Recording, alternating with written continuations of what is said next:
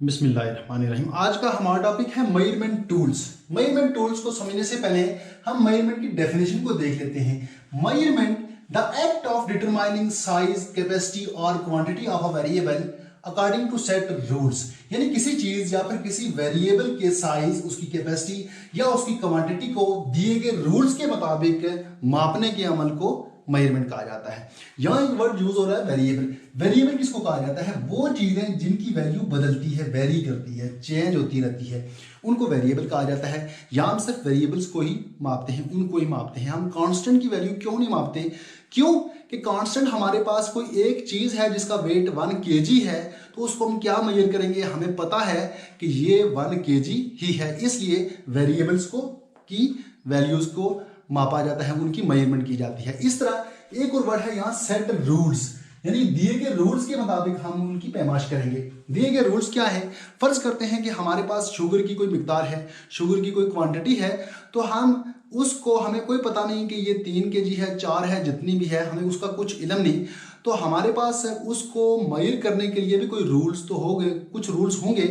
तो international system के तहत वेट को मापने के लिए जो रूल है, जो यूनिट है, वो है केजी यानी किलोग्राम। तो हम किलोग्राम की मदद से उस शुगर का वेट करेंगे, उसकी पैमाइश करेंगे, तो हमें पता चलेगा कि इसका वेट 3 kg है, 4 है, या फिर जो भी है। इसको कहा जाता है सेट रूल्स। यानी कि वेट को की पैमाइश के लिए हमारे पास जो रूल्स, सेट रूल्स हैं, वो क्या है?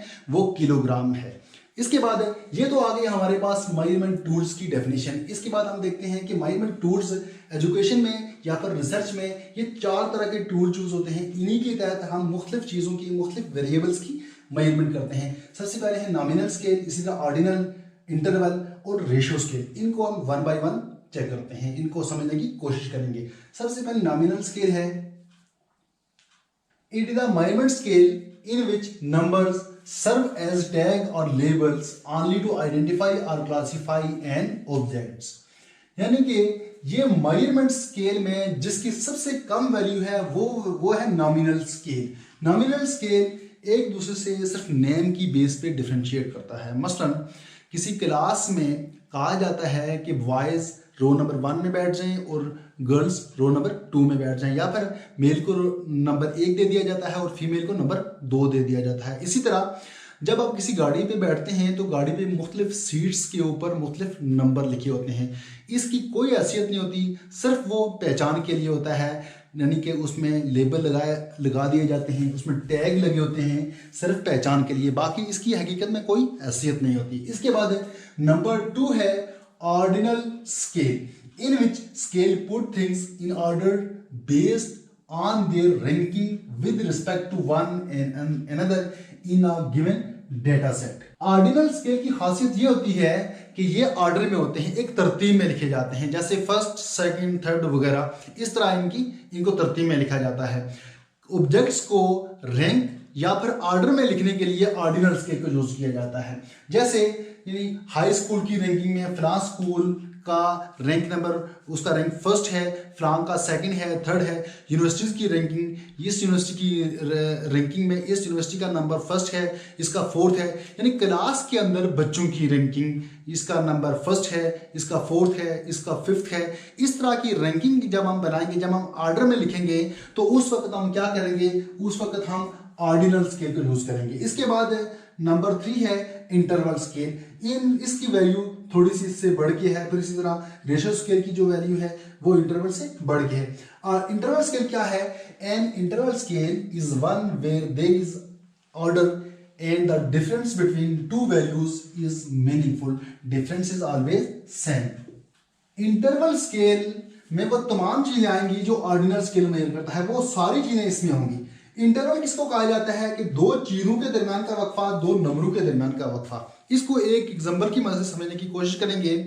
फर्ज करते हैं कि जब हम किसी ऑर्गेनाइजेशन में कॉल करते हैं, किसी नुमाइंदे से बात करते हैं, जो ही हमारी बात खत्म होती है तो खत्म होने के फौरन बाद हमें एक मैसेज रिसीव होता है। उसमें क्या होता है कि आप हमारी सर्विस से कितना मुतमईन हैं, उसके लिए आपको अगर हमारी सर्विस अच्छी लगी तो उसके लिए आप 1 प्रेस करें, आपको बहुत अच्छी लगी उसके लिए 2 प्रेस करें, खराब लगी उसके लिए 3, या फिर बहुत खराब लगी उसके लिए 4 प्रेस कर दें।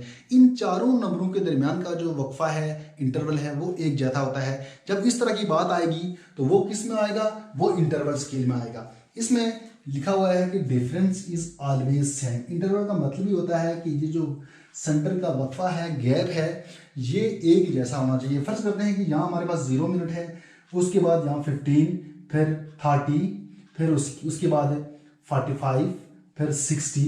ये जो इंटरवल है यानी कि 15-15 नंबर का गैप है, यहाँ 15-15 नंबर्स का गैप है। और इंटरवल में डिफरेंस हमेशा सेम रहता है। और जब हमारे पास इस तरह की बात आएगी कि दो मुख्तलिफ चीज़ों के दरमियान का हमने इंटरवल फाइंड करना है या इंटरवल हमने उसको नाम देने हैं, तो वो क्या है, वो किस में हम मेजर करेंगे, वो इंटरवल स्केल में मेजर करेंगे। इसके बाद नंबर 4 है जो सबसे बड़ा स्केल है, बड़ा टूल है मेजरमेंट का, वो है रेशो स्केल।